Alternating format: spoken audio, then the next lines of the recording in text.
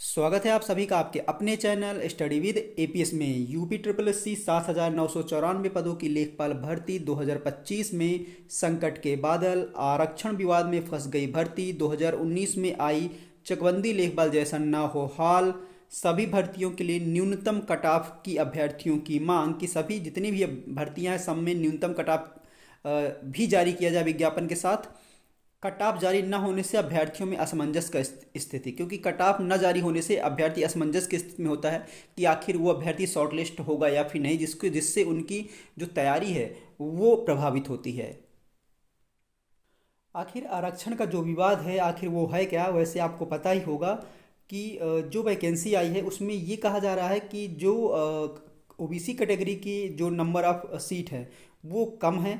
और यहाँ पर कितनी सीटें होनी चाहिए ओबीसी की, क्योंकि 27% रिजर्वेशन है ओबीसी का, जिसको लेकर के यहाँ पर इस भर्ती में जो विवाद है वो गहराता जा रहा है। अभी हाल ही में सपा के जो आपके पूर्व मुख्यमंत्री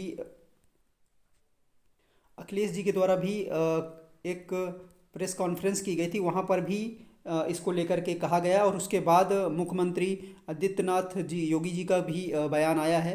तो यहाँ पर आप देख सकते हैं कि जो टोटल 7,994 पदों पर ये आपकी भर्ती है और यहाँ पर जो ओबीसी कैटेगरी का रिजर्वेशन है वो 1441 सीटें रिजर्व है।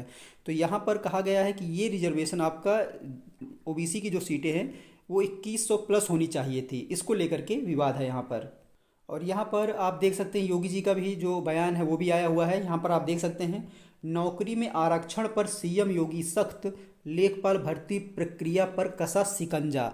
सरकारी नौकरियों में आरक्षण को लेकर के मुख्यमंत्री योगी आदित्यनाथ ने सख्त रुख अपनाया है। देर रात उच्च स्तरीय बैठक में सीएम योगी ने अधिकारियों को स्पष्ट निर्देश दिया है कि संविधान के नियमों और आरक्षण रोस्टर में किसी भी तरह की लापरवाही बर्दाश्त नहीं की जाएगी। साथ ही लेखपाल भर्ती प्रक्रिया में सामने आई शिकायतों पर तत्काल और नियमानुसार कार्रवाई की जाए। तो ये कह भी दिया गया है कि जो भी लेखपाल भर्ती प्रक्रिया में शिकायतें आई हैं उसको तत्काल और नियमानुसार कार्रवाई की जाए। अगर ये होता है तो क्या ये जो भर्ती आई हुई है तो अभी रोक दी जाएगी? क्या फिर से जो रिजर्वेशन है फिर से 7,994 पदों पर जो कैटेगरी वाइज सीटों का आवंटन है वो किया जाएगा, फिर से नया विज्ञापन जारी होगा? क्योंकि लगातार इस स्थिति में है, असमंजस में की स्थिति में अभी भी अभ्यर्थी हैं। इससे पहले भी आपकी जो भर्ती आई थी 2019 में, मैंने आप उसके साथ शेयर भी किया था वीडियो, जो कि चकबंदी लेखपाल की थी। वो भी रिजर्वेशन की वजह से आपकी जो भर्ती है वो कैंसिल हो गई थी। उसके बाद चकबंदी लेखपाल की भर्ती आई ही नहीं। करीब 1300 प्लस पोस्ट पे वैकेंसी आई थी 2019 में, वहाँ पर ओबीसी के लिए सीटें थी ही नहीं, रिजर्व नहीं थी। इसको लेकर के विवाद हुआ और भर्ती जो कैंसिल कर दी गई। जो अध्याचन है वापस विभाग को भेज दिया गया, लेकिन विभाग ने फिर वापस जो रिजर्वेशन है कैटेगरी वाइज जो सीटों का आवंटन करके फिर अध्याचन आयोग को नहीं भेजा, जिससे चकबंदी लेखपाल की भर्ती आपकी नहीं आ पाई। और इस समय करीब आपकी मैंने आपके साथ शेयर भी किया 2700 प्लस सीटें अभी चकबंदी लेखपाल की खाली हैं। तो क्या हो सकता है आरक्षण विवाद में? क्या फिर से ये आपका जो अध्याचन है वापस आपका विभाग में जाएगा और फिर विभाग जो भी आरक्षण है, जितना भी आरक्षण होगा तो उसके अकॉर्डिंग आपकी जितनी सीटें हैं सबको अलग अलग आवंटन की जाएगी सभी कैटेगरी में? क्या फिर से एक बार आपका कुछ परिवर्तन देखने को मिलेगा लेखपाल भर्ती में? तो अभी कुछ भी कहा जाना बहुत मुश्किल है कि क्या हो सकता है, क्या अभी विज्ञापन रोके जा सकते हैं? और क्योंकि अगर आपका रिजर्वेशन फिर से लागू हुआ, अगर कोई बयान नहीं आया विभाग की तरफ से, तो ज़रूर भर्ती में रुक सकती है। उसके बाद वापस ये आपका या फिर विभाग फिर से सीटों का अलग अलग कैटेगरी में आवंटन करके आयोग को दे। क्योंकि कभी कभी आयोग द्वारा भी जो विज्ञापन जो अध्याचन मिलते हैं वो विभाग को वापस कर दिए जाते हैं। रीजन भी होता है क्योंकि सीटों का आवंटन सही से नहीं होता है। इसको लेकर के भी आयोग ने कई बार, चाहे वो आपका क्षैतिज आरक्षण हो चाहे आपका लंबोदर आरक्षण हो, तो उसको लेकर के कभी भी दिक्कत प्रॉब्लम होती है तो आयोग वापस कर देता है अध्याचन विभाग को, फिर विभाग वापस करके फिर आपका जो अध्याचन है वापस आयोग को भेजता है। तो अभी अब देखते हैं होता है क्या, क्योंकि मुख्यमंत्री जी के द्वारा भी आदेश दे दिया गया है। तो जल्द से जल्द कुछ ना कुछ आपका ये तो नोटिस जारी किया जाएगा, जो भी होगा वो आपका जल्द ही आपको कुछ ना कुछ देखने को मिलेगा। कोई भी अपडेट होगी तो लगातार आप लोग साथ शेयर की जाएगी। अब बात कर ली जाए, अभ्यर्थी असमंजस की स्थिति में रहते हैं। कारण क्या है? कोई भी भर्ती आती है उसमें लेकर के जिन अभ्यर्थियों के कम मार्क्स हैं वो हमेशा असमंजस की स्थिति में होते हैं और जिससे उनकी तैयारी प्रभावित होती है। यहाँ पर देख सकते हैं भर्तियों में पेट का कट ऑफ जारी ना होने से असमंजस में अभ्यर्थी, क्योंकि कोई भी अगर विज्ञापन जारी हुआ है तो उसके लिए एक आप मिनिमम कट ऑफ रख दीजिए जिससे अभ्यर्थियों को परेशान ना होने पर उनकी तैयारी सही से हो सके। लेकिन ऐसा नहीं होता है। पहले आपके विज्ञापन लिए जाते हैं, पहले आप फॉर्म भरिए, उसके बाद आपकी शॉर्ट लिस्टिंग होगी, उसके बाद आपका शॉर्ट लिस्टिंग होने के बाद ही आपको मुख्य परीक्षा, अगर आप शॉर्ट लिस्टिंग में शामिल हुए तभी आपको मुख्य परीक्षा देने को मिलेगी।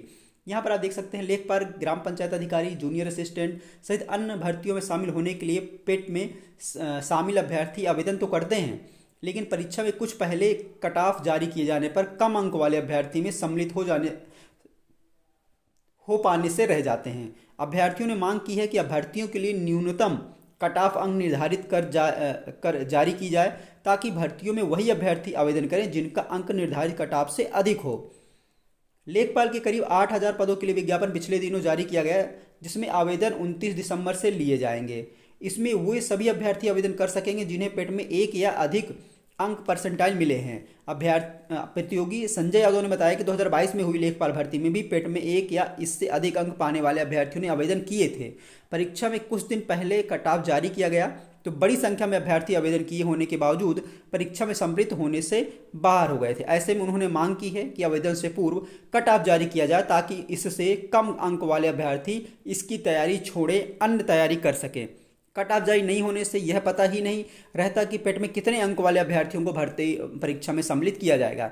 इस कारण वह परीक्षा की तैयारी करते हैं लेकिन परीक्षा के दौरान बाहर हो जाते हैं, इससे जहां उन्हें आवेदन करने में अनावश्यक रूप से शुल्क भी तो देना ही पड़ता है, वहीं प्रतीक्षा में समय भी व्यतीत करना होता है, गंवाना पड़ता है, समय भी गंवाना पड़ता है। बिल्कुल बात सही है। यहाँ पर एक निर्धारित कट ऑफ बिल्कुल जारी करनी चाहिए आयोग को।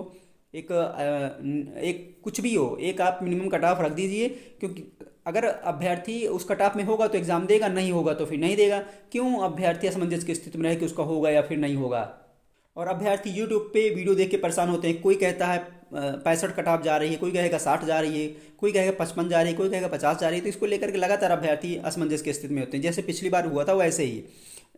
तो बिल्कुल इसमें संज्ञान लेना चाहिए आयोग को, जिससे अभ्यर्थियों को जो समय है वो ना बर्बाद हो। अगर मान लीजिए अभ्यर्थी 50 नंबर वाले अभ्यर्थी ने अगर अप्लाई कर दिया तो अगर कट ऑफ आपकी 50 से ऊपर हो गई तो फिर उसका जो भी समय, क्योंकि तैयारी करने के लिए भी तो टाइम चाहिए। आपका शॉर्ट लिस्टिंग जैसे होती है, शॉर्ट लिस्टिंग के महीना तो 1 से 2 महीने के अंदर एग्जाम हो जाएगा, तो 1 से 2 महीने के अंदर एग्जाम हो जाएगा तो क्या 1 से 2 महीने में अंदर तैयारी होती है? ऐसे तो होता नहीं है। तो इसलिए बिल्कुल कट ऑफ जारी करनी चाहिए, जो भी न्यूनतम कट ऑफ है वो बिहार आयोग को जारी करनी चाहिए, चाहे कोई भी भर्ती हो, लेखपाल की नहीं कोई भी भर्ती हो। लेखपाल भर्ती में आरक्षण पर अभ्यर्थियों को आपत्ति, तो यहाँ पर आप देख सकते हैं वो अभी जस्ट मैंने आपके साथ जो शेयर किया था, जिसमें कहा गया है कि जो 27% रिजर्वेशन की जगह 18% आरक्षण दिया गया। ओबीसी वर्ग को 2158 सीट होनी चाहिए, लेकिन आयोग ने 1441 पद ही दिए हैं, निम्न और कम है।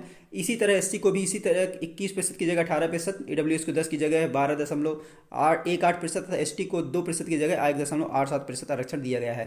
आरक्षित सीटें 40% की जगह 52.12% की गई हैं। छात्र युवा संघर्ष समिति के अध्यक्ष संजय यादव ने अधीनस्थ सेवाचयन आयोग सीटों की संख्या आरक्षण अनुसार सही करने की मांग की गई। इस भर्ती के लिए 29 दिसंबर से ऑनलाइन आवेदन शुरू करना है। तो आरक्षण का जो विवाद है वो लगातार गहराता जा रहा है इस भर्ती को लेकर के। तो ये महत्वपूर्ण अपडेट थी। वीडियो पसंद आया और लाइक कर लीजिएगा। चैनल पर नए हो चैनल को सब्सक्राइब करना ना भूलिएगा, क्योंकि कोई भी अपडेट होती है आपको इस चैनल के माध्यम से मिलती रहती है। तो चलिए दोस्तों, मिलते हैं आपसे नेक्स्ट वीडियो में नेक्स्ट अपडेट के साथ। जय हिंद।